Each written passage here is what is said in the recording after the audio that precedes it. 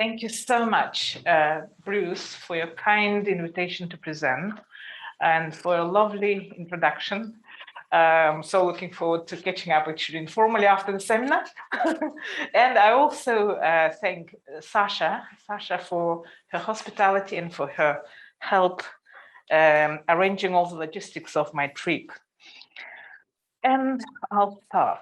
In 2016, the Royal Anthropological Institute hosted an international conference, Anthropology, Weather and Climate Change, held at the British Museum in London, for which my colleague Barbara Bodenhorn and myself convened a panel session focusing on climate change in the Arctic and local responses to its dynamic. One of the highlights of the panel session was a presentation by Eveny reindeer herders who traveled from northeast Siberia.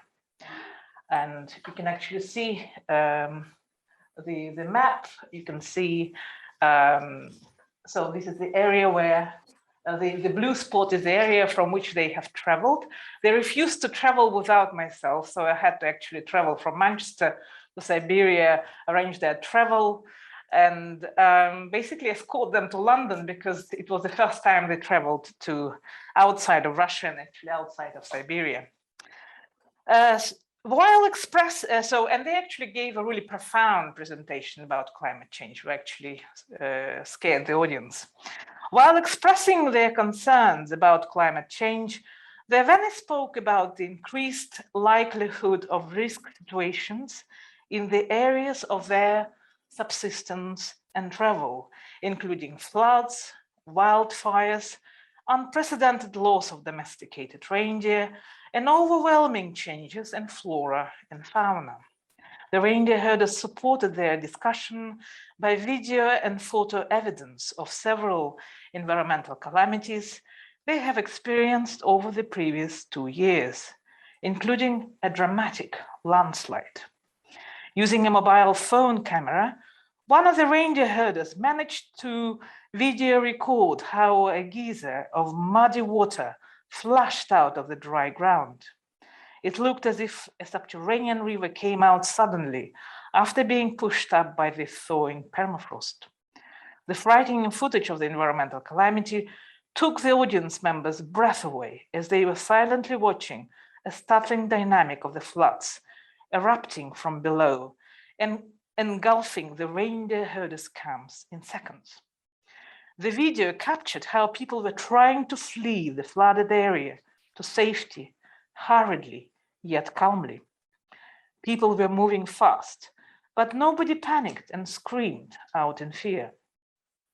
The visual testimony of intensification of ecological fragility and rapidity of environmental degradation in the Siberian Arctic provided by the reindeer herders raised acute questions of the scale of the environmental risks and the human capacity to avert ecological disasters. To a large extent, the Eveny presentation of the effects of permafrost thaw back in 2016 portended a current regime of high runoff pressure that generates multidirectional and simultaneous responses to permafrost thaw across human and non-human domains. The Eveny report continues to reverberate with the grimness of current news about deforestation rate as a result of intensive logging, droughts, flash floods, and severe wildfires. Every year, Siberia loses several kilometers of land as it erodes, either slowly turning into post-cryogenic, unlivable ecological ruins, disappearing under the muddy waters of melted permafrost, or disappearing entirely under encroaching ocean waters in coastal areas of the Siberian Arctic. The dramatic changes in the cryosphere are attributed to a number of anthropogenic activities associated with oil and gas extractive industries, military initiatives, and hydrocarbon developments, all of which have been continuously generating chemical and radioactive contamination. 6 years after the RAI conference in summer 2021, a spell of abnormally hot weather across large territories of Siberia saw nearly 1,600 wildfires blazing at once, causing record-high carbon emissions, burning entire settlements to the ground, jeopardizing human, non-human lives, and speeding up degradation of permafrost. The startling dynamic of cryogenic changes and predictions articulated by the reindeer herders serve as an invitation to discuss the human capacity to adapt, predict, avert risk situations, and negotiate safety in the face of profound unpredictability. They also invite consideration of the collective and individual ability to mitigate current and future environmental calamities. Recent revelations about the speed of climate change and intensity of the permafrost thaw have pointed to limitations and underestimation of the scientific models. And you can actually see how that the scale and speed of the changes, which actually show how the same spot, geographical spot, it's a river. If in 2015 in winter it was frozen totally, in winter 2008 we see that it's still not frozen around the same time of the year. And around the same time in 2022, it's not frozen. It looks disturbing. It is being confirmed by numerous reports that the accelerated speed of degradation is currently on track to far exceed projections. This stresses the necessity to activate and shape those forms of collaboration that could open up new channels for addressing climate change and transgressing mainstream knowledge. The latter requires attending to plural worlds and thinking at more than human scales. The debates surrounding the concept of an Anthropocene have recently facilitated a critical view of European anthropocentrism and rampant capitalism as conceptual sources of the planetary condition, of endlessly worsening environmental degradation and causing loss of biodiversity. In regards to this, the process of the Anthropocene associated with the colonial destruction of diverse and plural worlds is rightfully viewed as a product of colonialist one-worldism and a scenario of the end of the world. Building on the latest calls for challenging the dominant man-centered paradigm, my ethnographic consideration of human permafrost entanglements will echo the arguments developed by Marisol de la Cadena, who advocated inclusion of heterogeneously entangled worlds in political disputes over land use and human, non-human security. It will also resonate with Arturo Escobar's critique of the developmentalist liberal world vision embedded within the modernist ontology of separation. Escobar pertinently stresses that knowledge hierarchies with a divisive pattern of scientists/experts developing, changing, and modifying ignorant/primitive indigenous groups have long prevented a true dialogue between different conceptions of the world, or cosmovisions. I also agree with Escobar that any attempt to arrange such a dialogue will face institutional and systemic obstinacy, resisting the possibility of putting the complexity of indigenous pluriversal cosmovisions into symmetrical interchange with the dominant anthropocentric, man-centered ontology of natural scientists, who tend to prioritize objective factors and straightforward cause and effect links in their understanding of the scenarios of change. To enable such dialogue, it would make sense to critically evaluate the lessons from the past, from which there is currently a refusal to learn, or which are intentionally silenced and erased. Therefore, this paper will attempt to identify the prerequisites for arranging such a dialogue by considering rare examples where the dialogue and partnership were possible, even temporarily. Before I move to the discussion of the reindeer herders' responses to the latest dynamic of environmental degradation, I would like to introduce the Eveny legend about the creation of the Earth. The legend goes as follows. People did not live on the Earth before. They used to live in the sky. They lived very well there. Once a woman got expelled from her native sky because she rejected a marriage offer from a man she didn't love. Having been rejected by people, she left the sky riding an 8-legged reindeer. Reindeer and a woman were riding for a long time until the reindeer got very tired and suddenly fell out of the sky. When they both landed on water, the 8-legged reindeer advised the woman to pick hair from its fur and throw it in the water. In water, the reindeer hair transformed into wooden logs, out of which the woman made a raft. Then the reindeer advised the woman that she had to kill him and butcher his body. She followed the advice, and as soon as she butchered the reindeer carcass, the reindeer hide turned into the earth, then skull and bones transformed into mountains, hair turned into a forest, hair lice turned into wild reindeer. When she was breaking bones, the sound of breaking bones turned into thunder, and the last reindeer breath turned into wind. Then his heart turned into a hero, lungs turned into a boy and a girl. This is how the earth was created.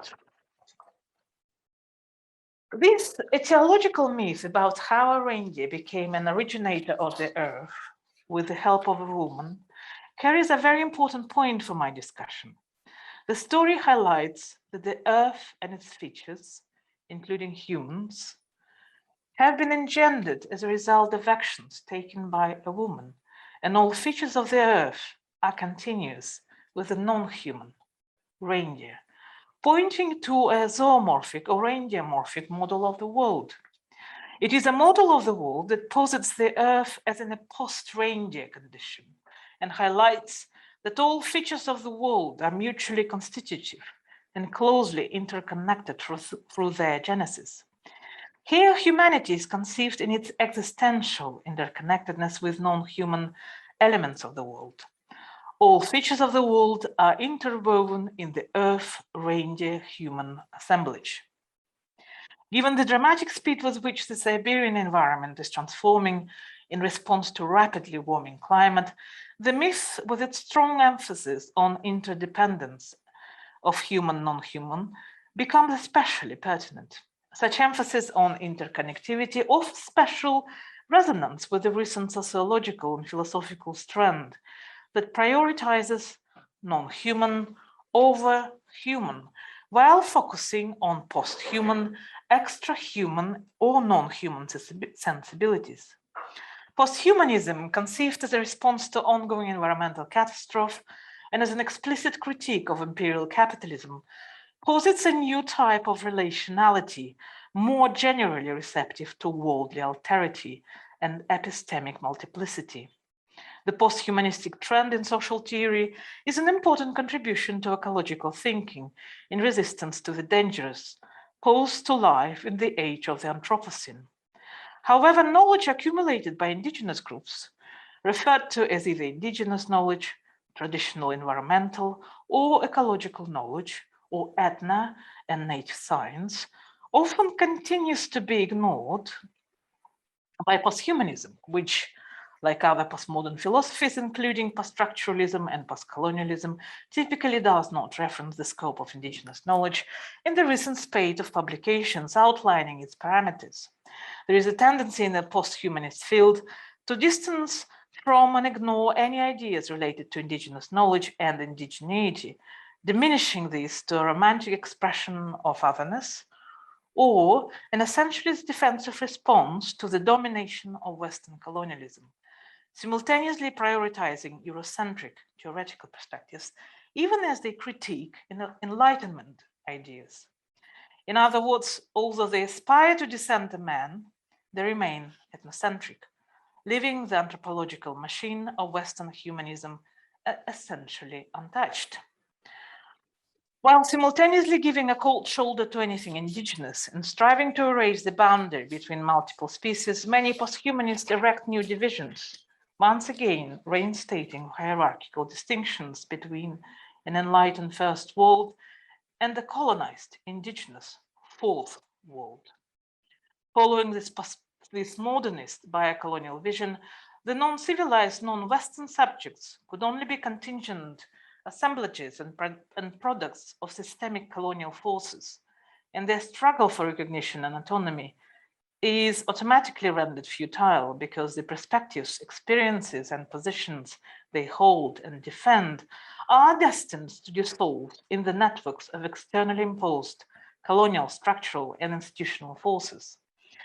Therefore, elision or omission of indigenous knowledge has also to do, furthermore, elision or omission of indigenous knowledge has also to do with the latest critique of animism. The term animism is rejected by opponents who tend to reduce the notion, linking it to a desire to remain either mired in the past, that is to say evolutionism, or trapped in a set of worries about proving the reality of a non-human other, that is to say radical alterity or perspectivism.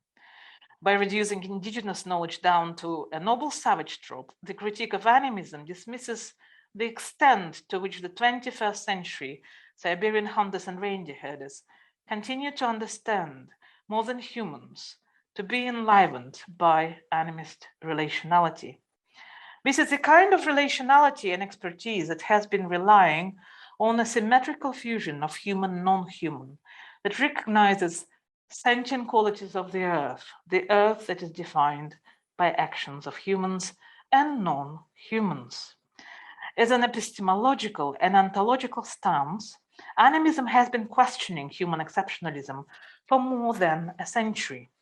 Yet posthumanists often criticize animism for its anthropomorphism, besides its relationality and attribution of personhood to non-humans. In other words, a view of every object as a potential human-like subject.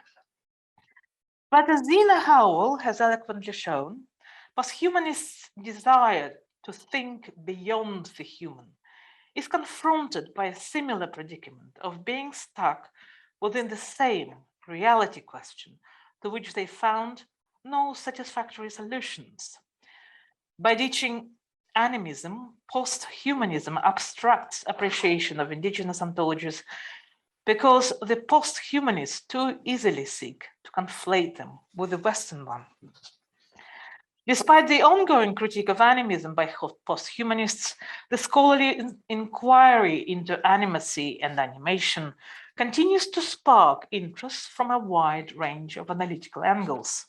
If the early anthropologists like Taylor and Fraser used the term animism to classify peoples according to social evolutionist hierarchy, the subsequent generation of anthropologists who have conducted ethnographic research with shamanic and animist societies worldwide have heavily problematized the evolutionary classifications of their predecessors and criticized their Eurocentric assumptions about the superiority of humans over non-human beings. The old evolutionary theory, or the old evolutionist theory of animism was updated by several generations of scholars, including Zina Howell, Nurit Bat-David, Barbara Bornhorn, among many others. The new take on animism posits that the boundary between humans and non-humans is permeable and that the personhood extends beyond the confines of the human body.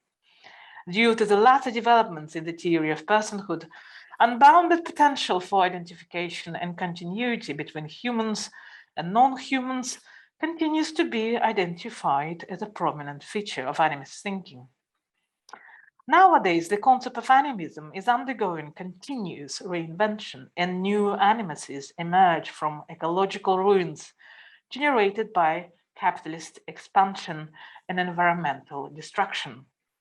Within new animacies lies the principle of unbounded co-constitution that weaves humans and non-human intimacies, whether microbial, viral, or chemical, spreading through the entire fabric of bio, techno, eco, and socio existences. Since creatures alongside chemical and toxic, other than life forms, co-constitute, intrude upon, and invade other forms of human and non-human existences, in and through their substances, they generate intimacies that enliven new animacies. However, the kind of humanism this analytical angle challenges largely comes out of Western industrial and post-industrial humanity, charged with the capitalist and today neoliberal fetishization of an individual. The latter implies that the post-humanist STS focus on animacies and intimacies selectively prioritizes a post-industrial context to highlight the relevance or humanocentrism of those forms of animism that such an approach associates with the anthropological past perfect. The latter begs the following questions. Do new animacies truly and holistically encompass our understanding of human and non-human existences and beyond life and non-life forms? Are they also running the risk of lumping diverse takes on animist human, non-human entanglements into one box labeled humanocentrism? How really humanocentric are animist ways of being and knowing? If we prioritize microbial and viral animacies and discard forms of animism that continue to be practiced, for example, by our Siberian interlocutors, would it only confirm the primacy of natural sciences and dualistic humanism once again? If animist relationality is really and fully anthropocentric, what kind of anthropo or humanocentrism does it stand for and is guilty of?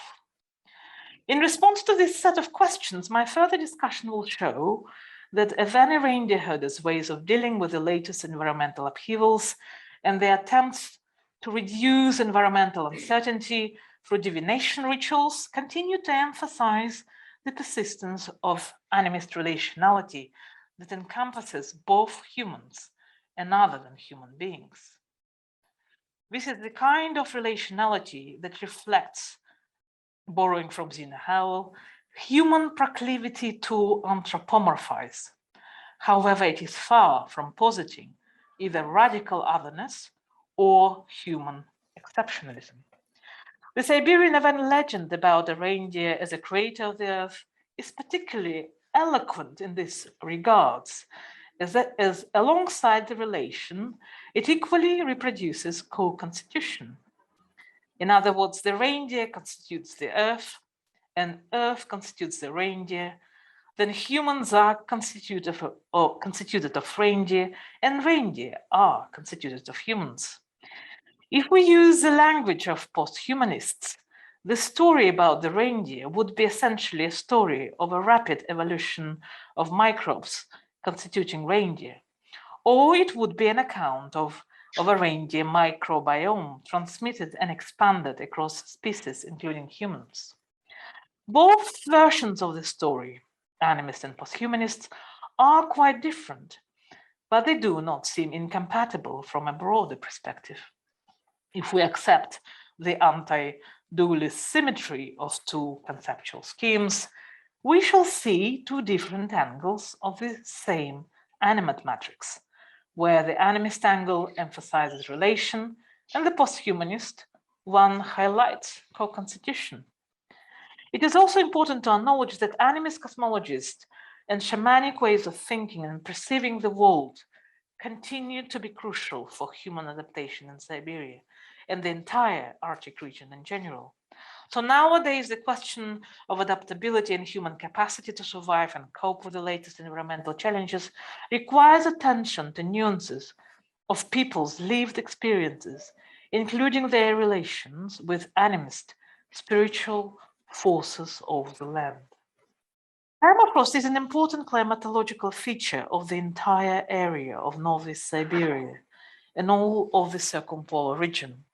So any changes within its characteristics generate a number of simultaneously occurring risk situations, subjecting local communities to potential and ongoing infrastructural and ecological disasters.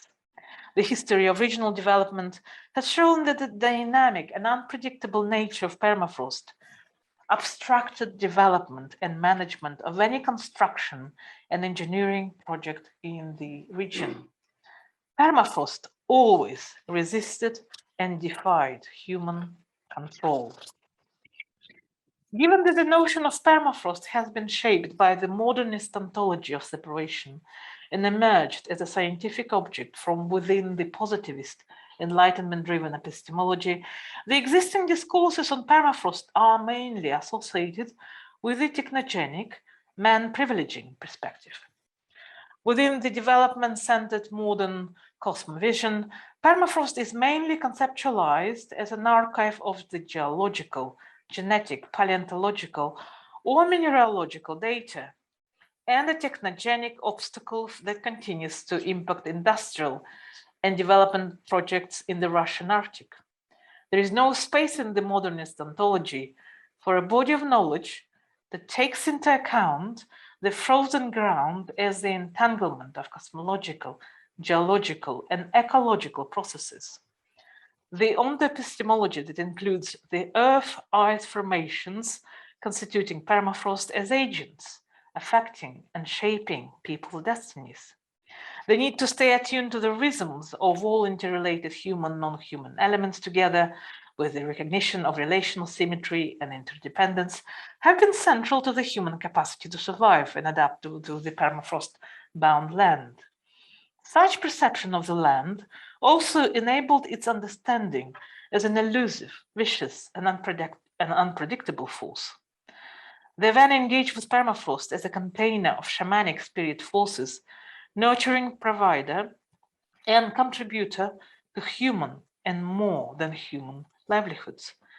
This vision of the land is filtered through the animist matrix, in which the land emerges as a power saturated with the potential for animacy and transformation. The term permafrost, literally the combination of two words, permanent and frost, evokes a sense of permanence, along with an association with the movable, monolithic, internally frozen ground. However, contrary to what the term evokes, its morphological and cryogenic characteristics often point to its plasticity, impermanence, and sensitivity. This supposedly internally frozen ground has the propensity to transform its shape in response to any slight internal movements.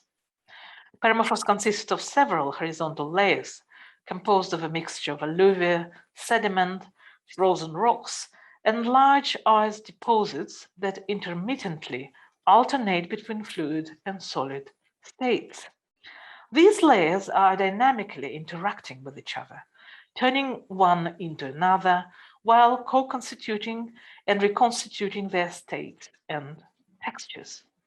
The upper layer, about 10-20 meters thick, is a stratum sensitive to any drastic fluctuations in seasonal weather conditions, while freezing to the bottom in winter and melting in summer. It is the frozen field located below the surface layer that is defined by scientists as permafrost. The estimated thickness of the layer is in the 1500 meters range. The temperature of internal ice layers is never permanent and stable, as it is characterized by intermittent changes in temperature, either reaching up to 0 or 1 degree Celsius, or falling drastically to minus 21 degrees Celsius. Because of the fluctuations in temperature, subterranean layers of the ice ground are mutually able to deform, reform, and reproduce by expanding in all directions, either amplifying or decreasing responses across layers. Such a state of permafrost points to highly energetic geological masses. The state of aggregations depends on the scale and pace of interaction between internal subsurface temperatures and external air, in addition to the interactive dynamic between internal water channels and seasonal weather fluctuations. Subterranean ice formations are mobile and highly sensitive to changes in an internal temperature regime, often affected by external factors, such as prolonged rains or intensive floods. Permafrost is an important factor in the process of surface and subsurface water exchanges, regulating subterranean and surface water flows into the network of rivers. When the exchange gets unbalanced, it leads to an intensified interaction between permafrost and fresh water that contributes to an increased transience of bodies of water, such as lakes and lakelets. When internal ice layers melt, the unfrozen open ground turns into lakes filled with groundwater rich in minerals. Moved by strong winds, such lakes can migrate at a rate of 5–10 meters per year across the territory. While remaining still, the lakes generated by melting permafrost burn the ground, producing an effect that Eveny referred to as a hockey network, or translated from the Eveny language, the hot teapot effect. If a hot teapot is put on ice, the teapot will melt it, producing a shallow hole. The mobile lakes are producing similar shallow holes, just like hot teapots. Strong winds play a crucial regulatory role, since moved by the winds, lakes are prevented from burning or heating the ground further. By changing location, such lakes provide the space for the permafrost to reconstitute its layers. Hence, the permafrost manifests an amazing plasticity or capacity to retain equilibrium between receiving and giving the ice form. In that sense, Arctic winds and transient lakes act like a natural sculpting mechanism that first deforms and then reforms the ice grounds. Wind acts as a powerful agent, making the lake follow the direction the wind blows. The interactive dynamic between wind and a migrating lake challenges the fixity of the landscape by exercising their own reconstitutive power. According to Eveny, migrating lakes are both a good and bad sign. On the one hand, the transient lake is an indicator that permafrost is melting, but on the other hand, owing to their capacity for transience, it allows the ground to reproduce or reconstitute the ice formations that it loses while melting. Such natural ice reconstitution may happen over one winter. However, if temperatures are not cold enough, it often leads to a number of cryogenic catastrophes. All of the above only intensifies the instability of an already shaky and movable surface consisting of marshy hollows and ravines.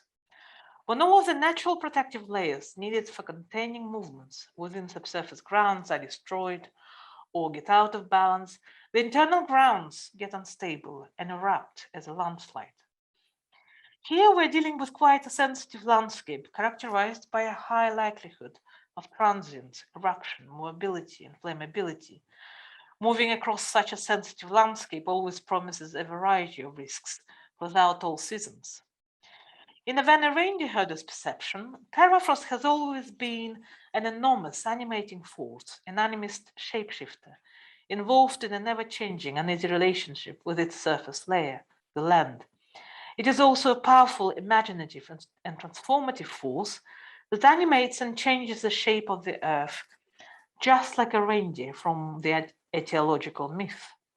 As a non-human powerful person, subterranean ice grounds can be generous and nurturing as they replenish mountain streams and local rivers along which Eveny move, or can change their mood, erupting suddenly and causing huge obstacles for human movement along rivers and streams. Such land is saturated with its capacity for transience and mobility, making lakes move and mountains disappear. Migrating lakes and collapsing mountains point to the profoundly deterritorializing effort of melting permafrost. These manifestations of plasticity and changeability serve as signifiers of the modes of co-constitution and connectivity that enliven and animate life forms. This transformable, highly animate nature of permafrost has always been part and parcel of a responsive social world, as a shape-shifting cryogenic landscape has necessitated a high scale of human-animal mobility and sociality extending beyond humans. Hence, permafrost serves as a matrix for hyperanimation, where an interactive transformative dynamic is activated by the movements and plasticity of life forms that are continuously erupting, co-constituting, reconstituting, submerging, or emerging again. The latest transformations within the matrix magnify the powerful agency of a shape-shifting landscape and intensify the fragility of humans threatened by a complex dynamic of anthropocentric processes. In the area where Eveny herders live and move, the latest environmental transformations are manifested in a flux of the interconnected events, all triggered by permafrost thaw. The sense of entanglement with which events unfold is getting more and more pervasive, as permafrost thaw drives a sequence of other destructive events, the impact of which proliferates erratically in all possible directions. Therefore, the directions the changes take become increasingly hard to predict. Since a large part of this area is covered by boreal coniferous forest, this particular part of the land is highly vulnerable to the impact wildfires caused by human carelessness in the vicinity of roads constructed by the industrial sector and utilized for transportation of natural resources. Due to prolonged periods of very dry and hot days, it is often lightning that causes fires. In the Soviet past, when wildfire fighters were well paid and had the appropriate equipment to fight large-scale fire, including helicopters and planes, professional firefighters played a crucial role in containing and extinguishing fires.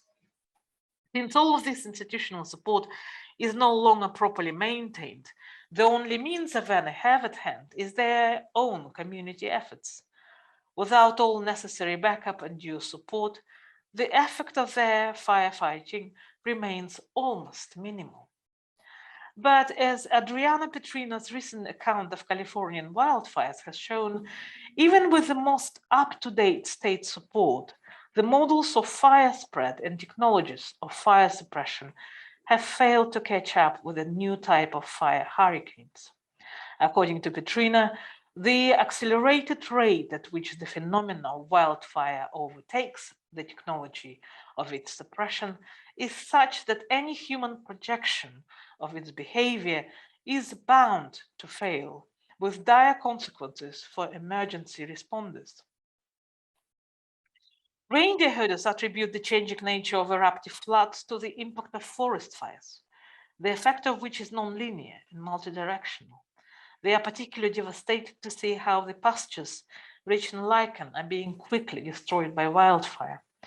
And Eveny Elder Bargachan informed me that, quote, Eveny shamans referred to forest fires as tor ingamta, which translate from Eveny as tears of the earth.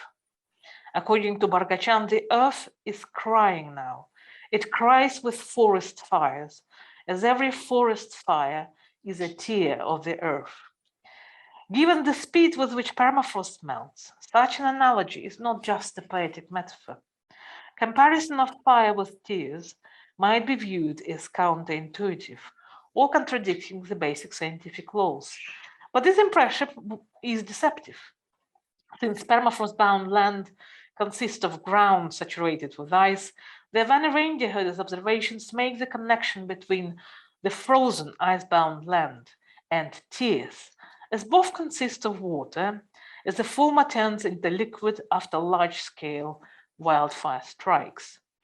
The earth saturated with ice acts as a powerful animistic force that can respond to anthropogenic destructions with sadness and tears, just like a reindeer or a human being.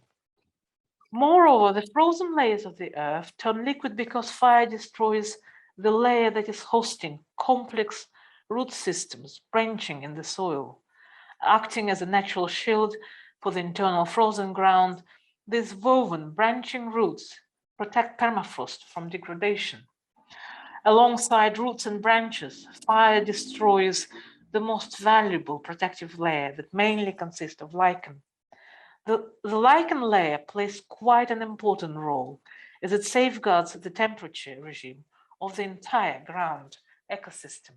While lichen has always been a vital element of reindeer diet, it also holds a central place in what Eveny called bilek, a web of mercifulness in which each element remains to be at the mercy and care of another element.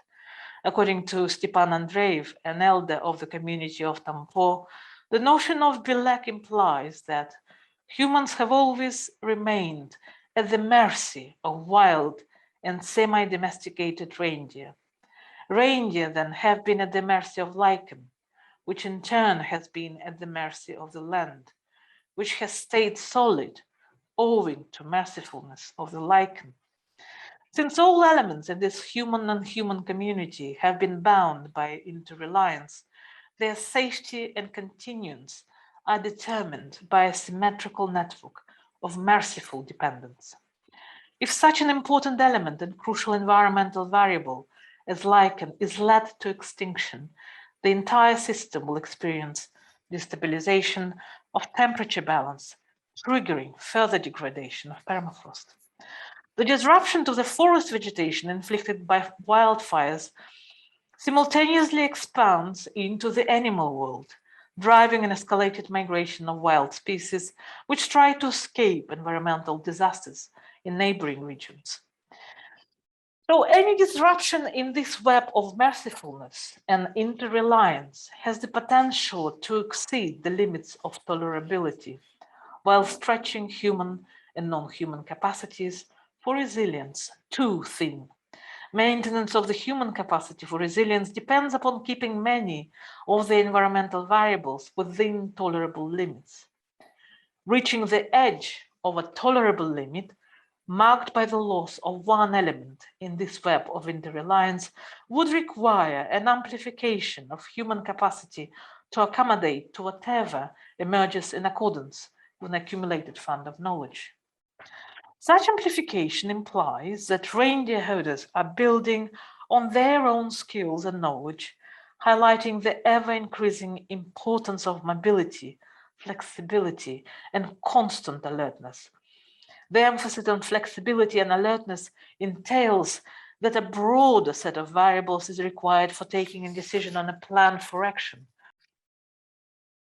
For example, people continue to rely on divination practices centered on a ritual with a shoulder blade of a wild reindeer.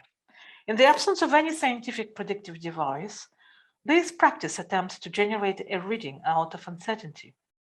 According to an experienced Eveny herder and hunter of the community of Tampo, Semyon Borisov, quote, "One has to keep the dried shoulder blade of recently hunted wild reindeer over the fire until one sees the first cracks.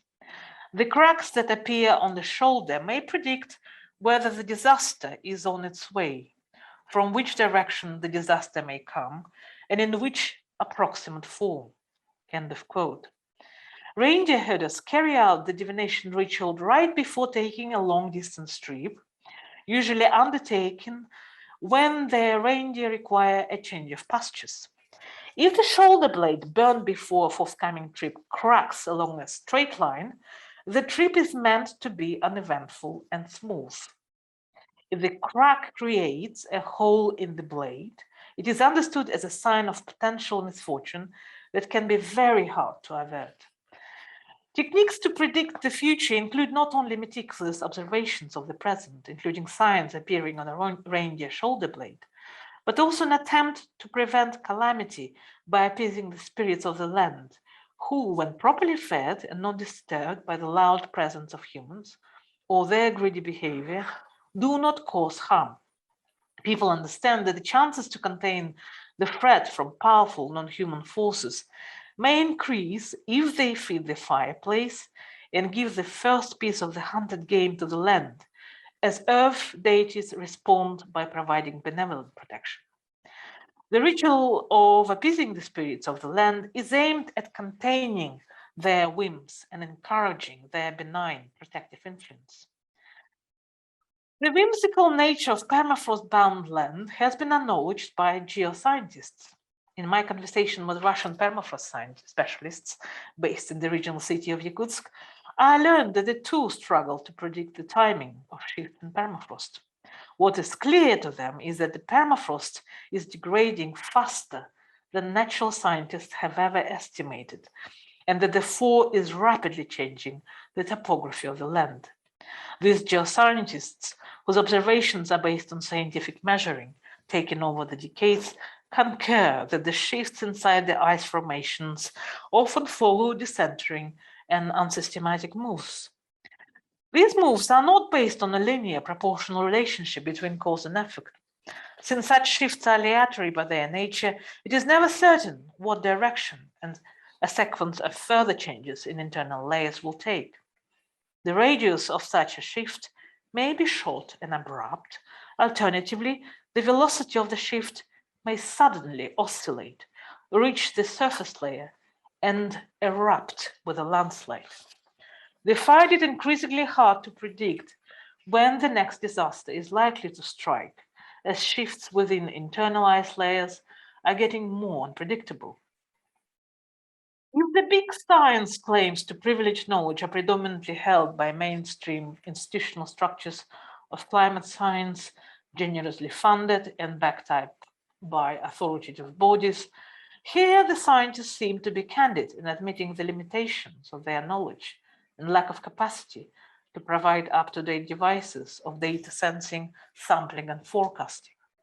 By offering such a perspective on the unpredictability of shifts, geoscientists were candid in highlighting that Russian geoscience is unable to provide proper monitoring of permafrost. The latter would require a long-term effort of observation and multidisciplinary research jointly conducted by geoscientists, seismologists, and glaciologists who currently lack the appropriate technology for monitoring and whose research is significantly underfunded these days. The situation with underfunding and lack of monitoring has led to the unavailability and scarcity of the comprehensive data in the Siberian Arctic and subarctic. Since this region is undersampled, the lack of data suggests that scientists neither understand the whole range of changes that global warming might cause, nor reach out to indigenous reindeer herders and hunters for any updates and observations. And if they even do or did so, the expertise and effort offered by indigenous experts are not recognized and properly documented in scientific papers. Such monitoring was possible in the Soviet period before the late 80s, as geoscientific research was well funded. In addition to that, involved topographical guidance by local reindeer herders, whose knowledge of the landscape and survival skills always guaranteed safe and sound completion of any geomorphological project. In Soviet Russia, geoscientists would never have dared to embark on an arduous, long-distance journey through impassable forest and risky rocks without the guidance and help of reindeer herders. Some of them openly admit that without reindeer herders' knowledge of the landscape, they would never have been able to provide monitoring of permafrost and generate scientific data on subsurface ice formations. However, it was not only reindeer herders' guidance that helped geoscientists to survive the unknown and hostile terrain of northeast Siberia, but also their very habit of staying alert to any subtle changes in science generated in the course of divination practices. According to their personal recollection, while in the field, scientists would never question the reindeer herders' knowledge, as the reindeer herders' consideration of potential risk scenarios and their repertoire of mitigating and adapting strategies were always wider and less constrained by scientific requirements aimed at maximizing the sense of reliability and predictability of those scenarios. In personal recollections, one permafrost scientist told me that, quote, an experienced permafrost scientist, Gavrilov, worked for a long time in the Siberian Arctic. He was the first who initiated the establishment of the research stations for observations of permafrost in the region. He always relied on local guides, and among them the most important people were Eveny reindeer herders. Any expedition to the field was not possible without them. At that time, around 50s and 60s of the last century, there were zero communication devices and no radio or telecommunication equipment to reach out for help was available. But for some reason, when he was just about to arrive in their camp, the reindeer herders were already moving towards him, riding the reindeer. They would greet him and help with the transportation of research equipment and heavy luggage. All the people in the camp already knew that he was coming, and cooked food and warm, dry clothes were already waiting for him. What he told me is that to ensure they are prepared to help and welcome him, the reindeer herders instructed him to do the following.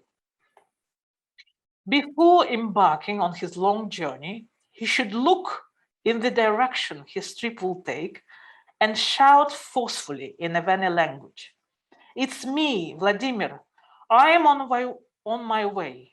I shall see you soon.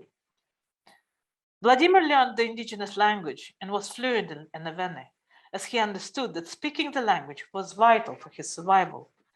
People would get his message even in the most remote locations in the Arctic taiga tundra. At the time when an aircraft would land on frozen rivers and drop inexperienced researchers, reindeer herders were pivotal for their transportation. They were also crucial for the researchers' adaptation in the field as they taught novices how to live and survive in local conditions. End of quote.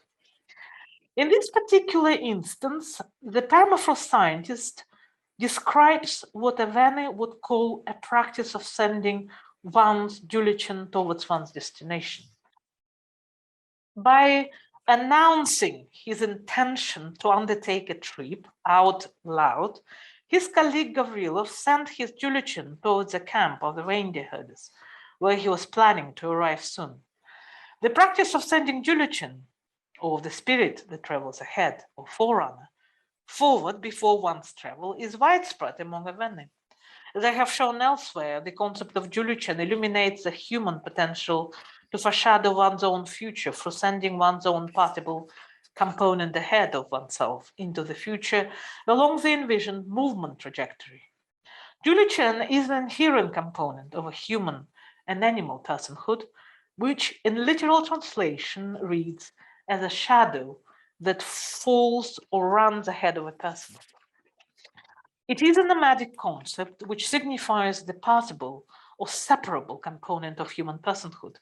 Some locals refer to it as a once traveling spirit, which departs ahead of its owner and arrives at the destination prior to the owner's actual appearance.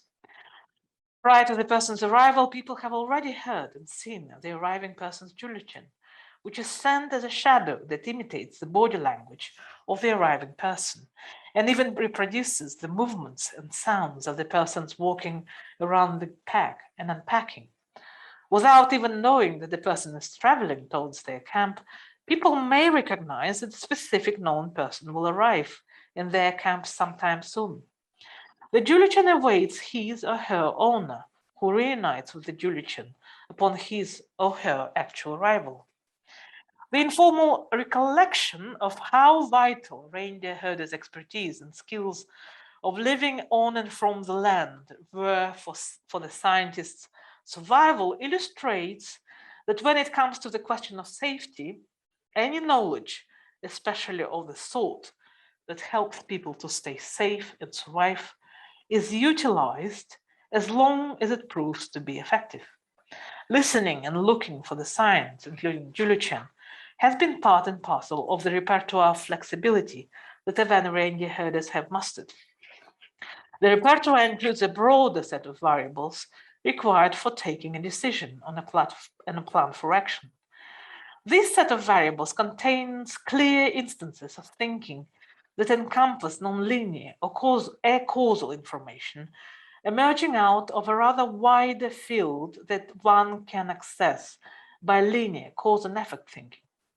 In other words, the strategy draws on more than one way of knowing. By teaching the scientist how to send his Djuluchen forward, the reindeer herders expanded his understanding of flexibility. Moreover, the account by the scientist, who has been convinced by the instrumentality and effectiveness of the practice, informed by animist ways of connecting and moving, provides an example of how distinct bodies of knowledge could be activated in mutually formative and inclusive ways. I view the latter account as a rare instance of the emergence of cosmo-geo-ecological knowledge that combines several cosmovisions in a symmetrical manner. But this has never been acknowledged or documented formally. The contribution of reindeer herders has never been properly recognized by official Soviet and post-Soviet accounts as evidence of the uncertainties of the scientific knowledge. What we can also learn from this instance of such partnership is that the collective effort aimed at surviving the extreme conditions of the Siberian Arctic compelled the humility of the scientists and their readiness to listen and follow the animist rules of engagement with the land and enabled genuine symmetry between them and reindeer herders. According to the principles of Djuluchen, the partnership worked because the scientists knew that they were at the mercy of their Eveny and their reindeer. As soon as reciprocity in the web of mercifulness is dismissed or disrupted, the collaboration turns into plain extraction and exploitation. My paper has engaged with two distinct onto-epistemological dimensions of environmental change in the Siberian Arctic, namely an animist cosmovision expressed through Djuluchen, a web of mercifulness and interconnectedness, and a geo-cryological world vision centered on the perception of permafrost as a scientific object and technogenic obstacle. The reindeer morphic model of the world is central for understanding the animist cosmovision of Djuluchen. In accordance with Djuluchen, Eveny engage with and devise their strategies for dealing with the latest dynamic of climate change. In the absence of any infrastructural and state support, they continue to rely on their practical knowledge, revolving around their relations with cosmologically vital non-humans, such as reindeer and lichen. For reindeer herders, the permafrost-bound land has always been a complex and dynamically interconnected ecology, highly sensitive to any environmental pressures, including the ones induced by climate change. Their responses to the latter do not privilege humans, and are far from exemplifying an arrogant anthropocentrism inherent to capitalist, highly individualized societies. Their outlook is neither humanocentric nor exclusively centered on the non-human or extra-human, as equal attention to both has been crucial for devising effective responses and survival strategies.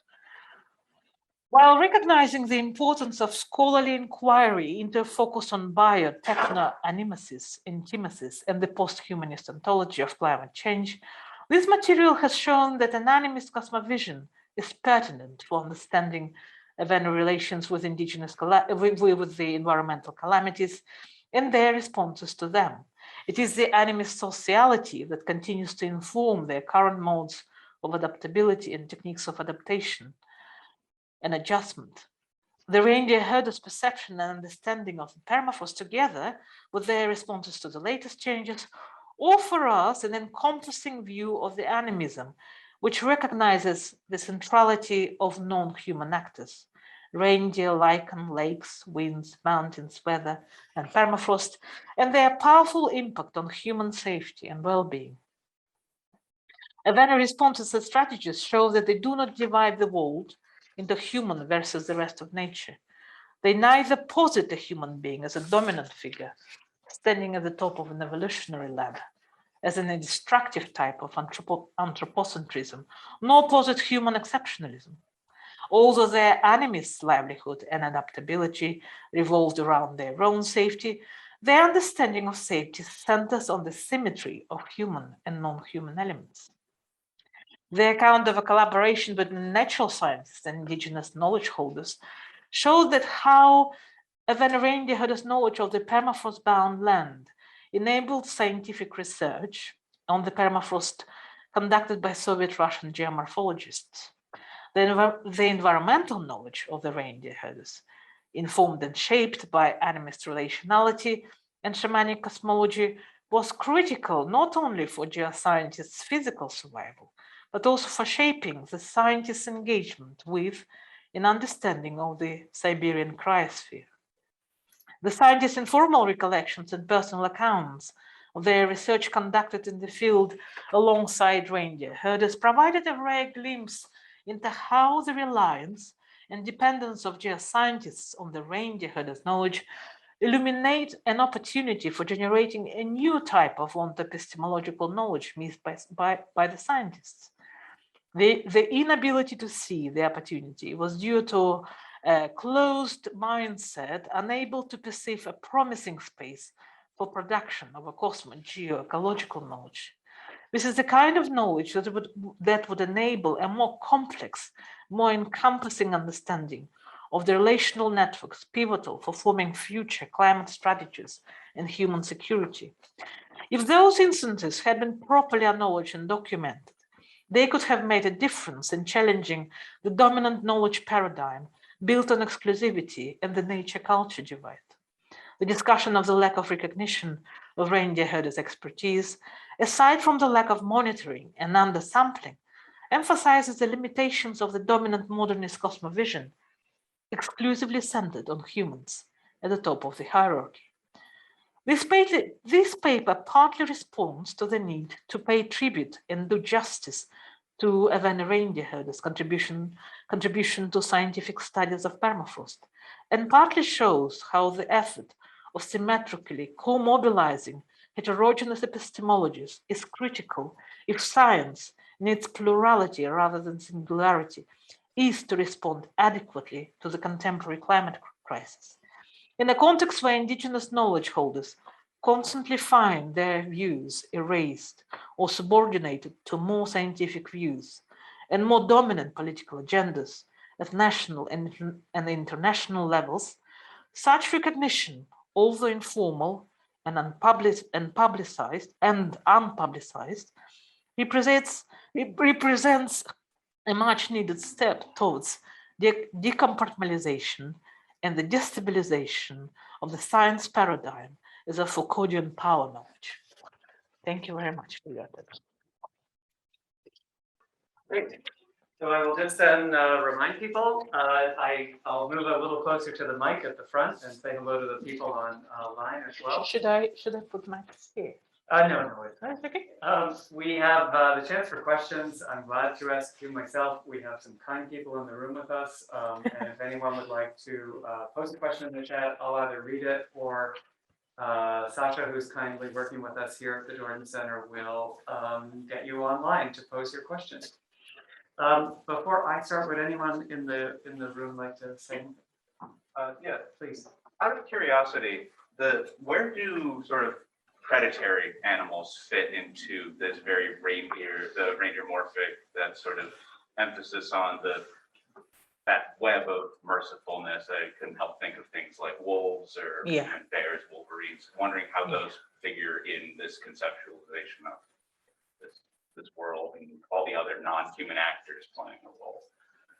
Yeah, so the question was in regards to the place of the predators in this web of mercifulness. So, I mean, of course they are included. I just removed a huge chunk of discussion of bears and wolves from this account, because otherwise it will, the paper will take about 1 hour and 30 minutes. I can't include everything.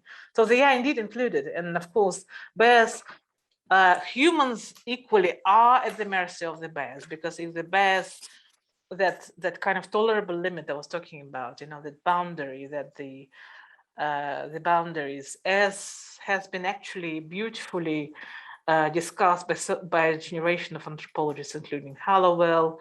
I think one of them is Honi Kwon. He wrote about bear ceremonialism in Siberia. All that ceremonial kind of relations between humans and bears very much part of the web of the mercifulness. So safety and security depends on this kind of really strict rules of engagement with the bears, because the bear in particularly in Kamchatka, for example, among Eveny of Kamchatka, is considered a father, a primary ancestor of the humans. So so in a sense, they are part very much of the, and I was talking about this wild species that are trying to escape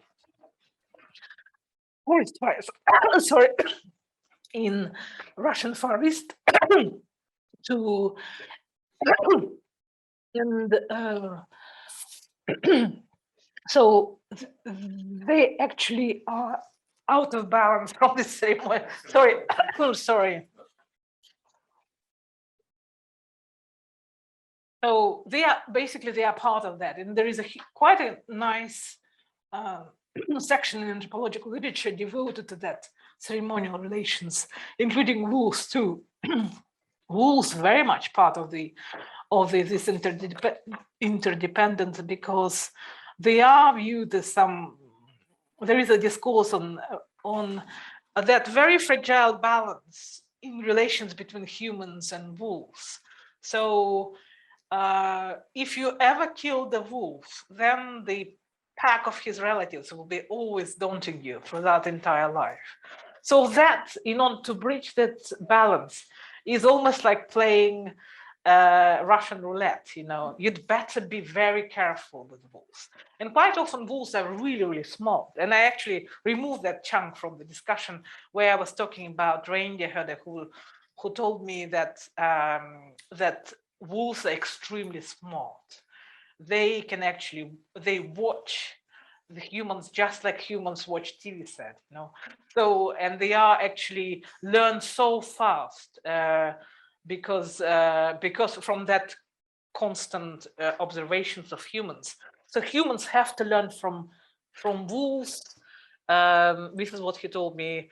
But because the wolves are very quick in learning new knowledge, and that is why they are so quick to survive. To a certain extent, they're also part of that web of interreliance, interdependence too. Yeah. Great. We'll all alternate between the room and the Zoom. So I'll start with a question. We have a hand up from Kay. Whoa, if you'd like to put the question in the chat, or Sasha will turn your camera on. Hi, Olga, and well, this is Kenny Squall from San Francisco. I'm an architect, but my son is an anthropologist in Alaska. So I love your talk entirely, but the most striking part for me is the term that forest fire as tears of the earth.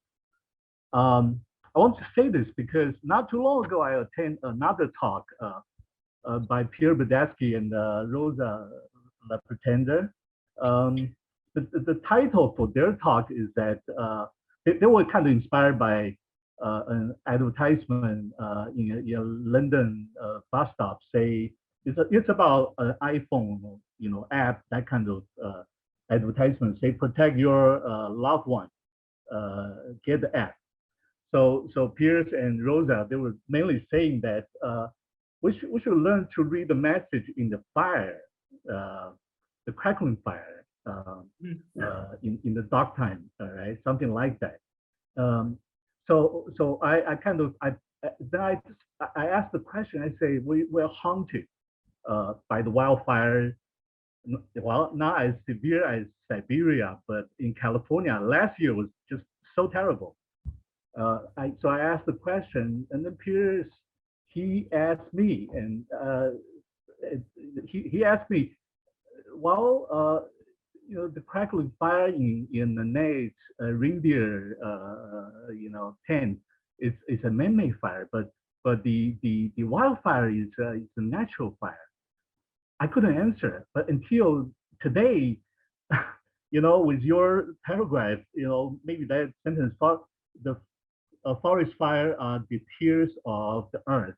That kind of inspired me to know more. But would you kind of inspire a little bit more? Inspire me a little bit more. What's the difference between like man-made and natural fire? But definitely the definition. Reading the definition from how do you call the shoulder bone from the reindeer is much more critical than reading an app from an iPhone. So that's my question for you. Thank you. Real versus man-made forest fires. So if I guess it was a question in regards to Pierce, right? Pierce. Well, it followed Pierce on and from Hill. the- Yeah. Yes. So I guess he was talking about domestic space, right? The way where the domestic fire in the hearth, or fireplace around the chum or yaranga or tent. It's kind of in the domestic space. This the meaning of the fire is specific because it is a focal point through which you connect with the spirits. Living humans can connect with their ancestors, and then and ancestor spirits that are in the invisible world of spirits. So in a sense, through feeding the domestic fire, they establish the connection with the spiritual world. It's one thing, and I think, and even when I was speaking about reindeer shoulder blade ritual, there is a place of the fire and the cracks that generates through interaction between the wild reindeer shoulder blade and fire actually provides these readings of the future.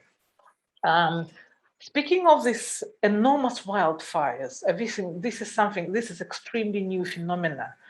And of course, that is here we observe something that I think goes. There is a special place, of course. Fire has got its own spirit, and it can get really, really angry. And therefore, the earth is crying with the earth. I mean, I'm not sure what your question is about, but it seems like there is a connection. I think it requires further consideration, more detailed consideration. Thank you for your question. I mean, I will look at it in the future. Yeah. We have a few questions in the chat, but I just want to see if there's anything going on in the room before we keep going. I don't want to leave anyone behind. Please. Hi, thank you so much for your talk. And I'm a political science, so my question would be kind of more political rather than anthropological. And I wonder, because it seems from what I'm getting now from media and just reading, is that there is kind of this two divergent logics going on in Siberia, with the Russian state kind of seeing it, kind of trying to seize this opportunity and kind of capitalize on the climate change in kind of developing this or seeing it as this like new economy with the new trade routes and kind of seeing how to profit from that.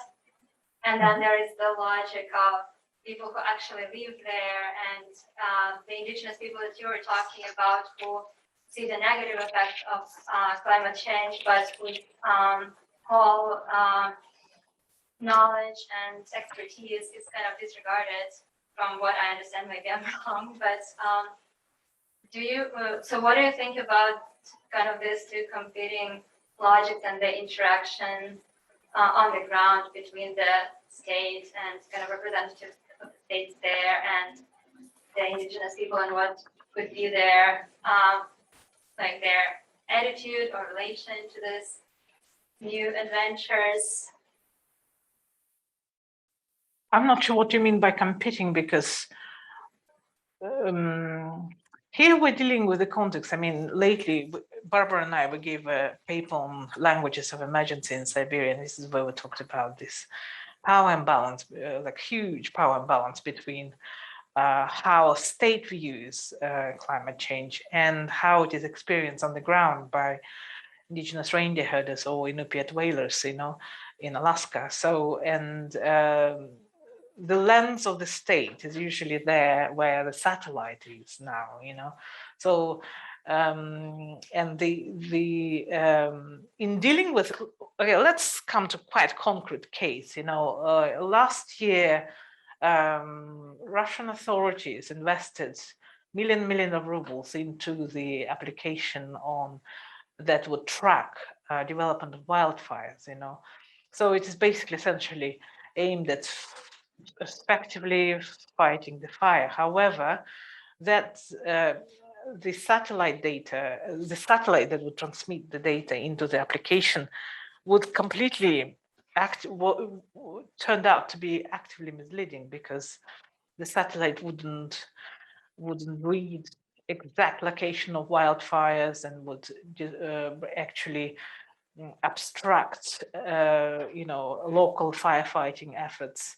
And but because it was a top-down decision to trust satellite and rely upon the satellite data that was transmitted through the application, that was the views and experience and perception of the immediate perception of the local firefighters, who were also indigenous,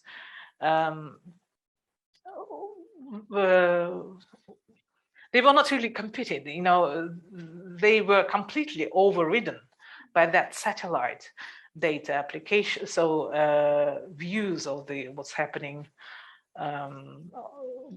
in Siberia at that time. So therefore, the wildfires were not fought. I mean, they were not suppressed effectively, and people were suffering from that, you know. So this is what's happening. What I'm saying is, here you will see that the state has got its own vision of the environmental changes, and quite often they are far from really immediate understanding of what's happening on the ground. I don't know if it makes sense. Yeah, I think what I meant by competing is that, I mean, there is a kind of an open attempt to kind of capitalize on the fact that the ice is melting, and thinking of the possibilities of the new trade routes and how to benefit from that, and the cities that have been long abandoned during the Soviet times, now they are highly invested in, and I feel like this kind of goes against the logic of indigenous people who are actually trying to, prevent the effects of the negative effects of climate change. But maybe I'm just not. I'm not sure if the choice of the verb compete really works here. I mean, to a certain extent, we can actually see that there is, of course, this kind of profiteering interest agenda, you know, in all these kind of steps towards, you know, extractive, kind of furthering extractive interests. So it's all about standard, anything regarding the state and corporations, they all revolved around, you know, profit making, you know. So in this kind of vision of the state, there is no place for indigenous views, you know, because they are actually, anything that comes to indigenous actually is always against, not really always, they are viewed by the state as a necessary obstacle to resources. And those natural resources, they are the ones who actually end up, the profit from those natural resources all end up in London, you know, as you know, or wherever, you know, because it's also, the state is not just the state, it's a Russian oligarchy. It's oligarchic corporate world that is ruling now. And everything revolves around their own interests. And huge corporations like Rosneft and Gazprom, these are gigantic profiteering agents. So no one can compete with that, you know. I mean, if anyone is competing, then they're either you know, imprisoned or put down very quickly by whatever sort of forces are there. I know that we normally promise just to keep people till 4:30, but we have 2 questions on the Zoom chat, and I want to make sure we get at least some time for each. Elizabeth Shea is up next, and do you want to turn on the camera, or I could just read it out loud? Elizabeth, if you'd like to join, you could pose the question directly.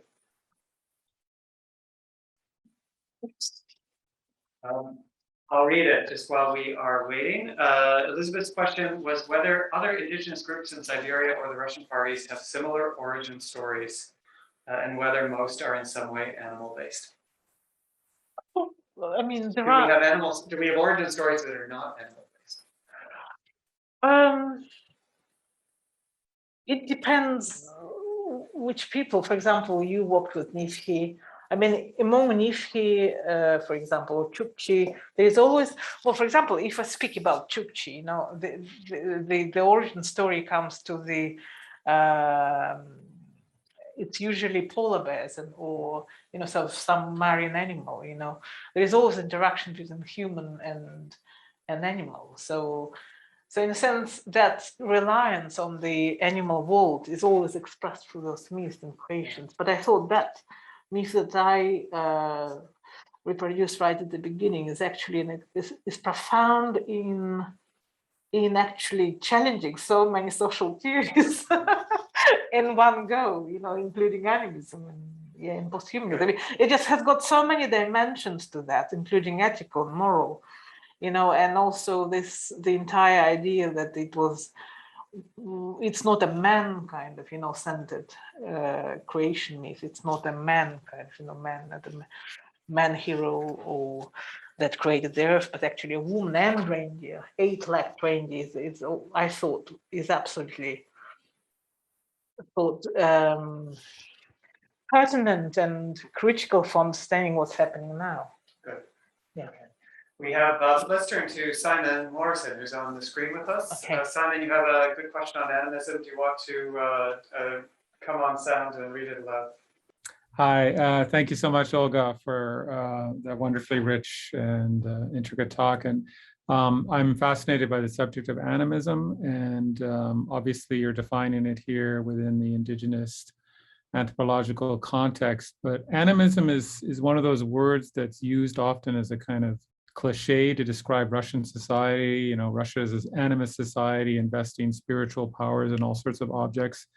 Comes from literature, I think, and nationalist kind of discourse. And I'm just wondering, is there that, I think, notion of animism is, I don't know if it's rooted in pagan belief systems, but I'm just wondering if there is a distinction to be made between your specific Eveny informed concept of animism versus, you know, what Russian culture has actually provided us with. Yeah. Okay, thank you, Simon. That's an interesting question. I never realized that Russia is associated with animism. I thought it was associated with Russian tsars and whatever, you know. But anyway, of course, animism is the sort of umbrella term for all sorts of multiple types of plural, you know, spiritual practices that involve human-animal relations, you know. Here, the kind of animism I'm referring to, and I think it's very kind of also anthropological. If you go into anthropology of animism, there is a huge kind of, you know, intellectual strand within anthropological also kind of literature, but also it's a particular methodology of understanding socialities and human-animal mutualities. So here,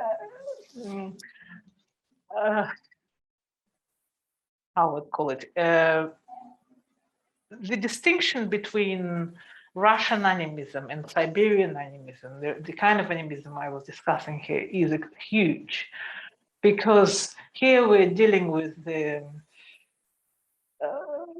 not metaphorical world, but actually the world of the people who are actively engaged in human-animal relations on the ground. Because animism here is very much grounded in shamanic cosmology, which revolves around specific desire of humans to coexist with the spirit world peacefully, because every time you kill, you engage in the act of killing an animal. There should be, it entails already a conflict with the animal spirit world. So therefore, shamanic cosmology helps, let's say, living humans to deal with this necessity to kill an animal in order to survive. So in a sense, this is very much shamanic religion. So, and this is the kind of animism I was looking at here. So this is what I implied by animism. The animism that you're talking about, of course, has got some resemblances with that, because anything that, the idea that the material object can be animated by particular spirit has always has been an imagination of Russian folkloric, I guess, discourses, but I don't think it has got the same epistemological and theological roots.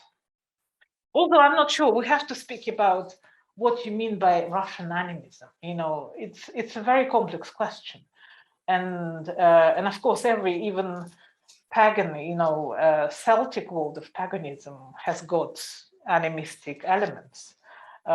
Japanese, Shintoistic religion has got animistic elements too. So in a sense, Christianity has got some animistic religion, Islam has got animistic, we have genius, and all sorts of, deities. So in a sense, there is always an animistic component to every single world religion. It just depends on what is there, what kind of cosmology underlying that understanding of animism. Well, we could keep going, but Yes, exactly. I want to be kind both to those who join us in the room. Olga and I can give a wave to the camera. Yeah. What we mostly want to do is thank our speaker for so kindly joining us. I can say for myself, this is like a few people in the room here, this is our first back in-person event, and in a strange development that will follow, we actually for once get to go to dinner after the talk. At least Olga and I to keep it going, and I'll then torture her with some of my questions that I have here, so that she won't really rest. But to everyone who's on the screen, I hope you do rest. We thank you for joining us, everyone in the room, and come back to New York soon. Thank you, Bruce. Yeah, thank you so much. Thank you, everyone.